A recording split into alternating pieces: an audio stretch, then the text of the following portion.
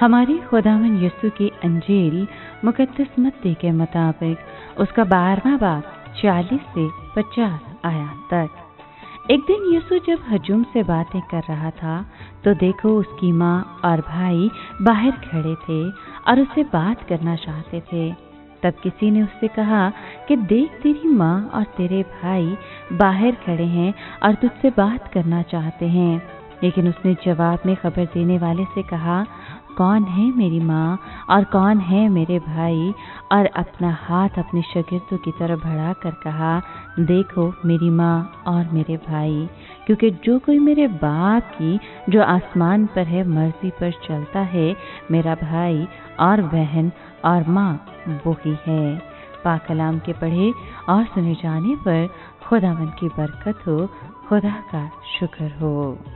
अजीज दोस्तों, मसीह यीशु अभी फकीयों और फरीसियों से बात कर ही रहे थे कि उनकी माँ और उनके भाई आकर बाहर खड़े हो गए।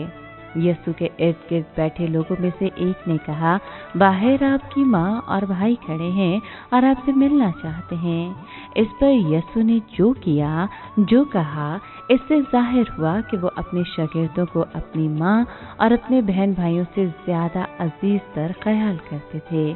उन्होंने अपने शागिर्दों की तरफ इशारा करके कहा कि मेरी माँ और मेरे भाई ये लोग हैं जो खुदा का कलाम सुनते हैं और उस पर अमल करते हैं।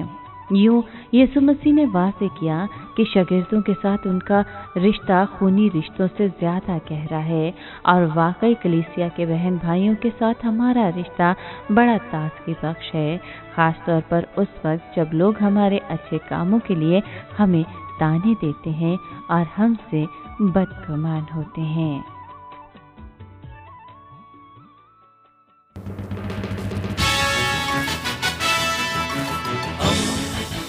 दोस्ती का पैगंबर, रेडियो वेरितास एशिया।